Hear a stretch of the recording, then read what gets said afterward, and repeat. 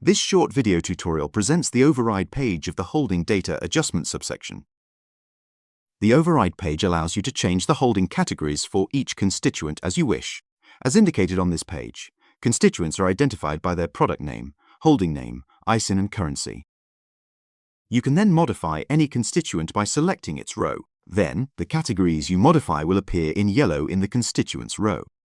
For properties with a dropbox, you can even choose categories that you created yourself. In this demo, it's the demo type category created for this example. Therefore, if you are not satisfied with the value they are assigned to for a property, your constituents and their properties are completely customizable. If you want to modify a broad range of constituents fastly, you can export all overrides with the corresponding button Modify Everything on Excel, then upload the data again. If you get lost in the overriding of your holding data, you can filter the table and display only data that have been overridden.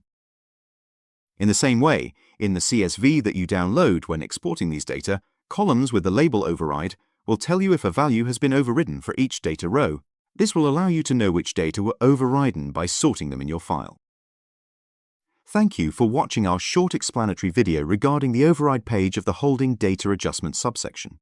We trust that you found it helpful and informative. If you have any questions, please don't hesitate to contact us.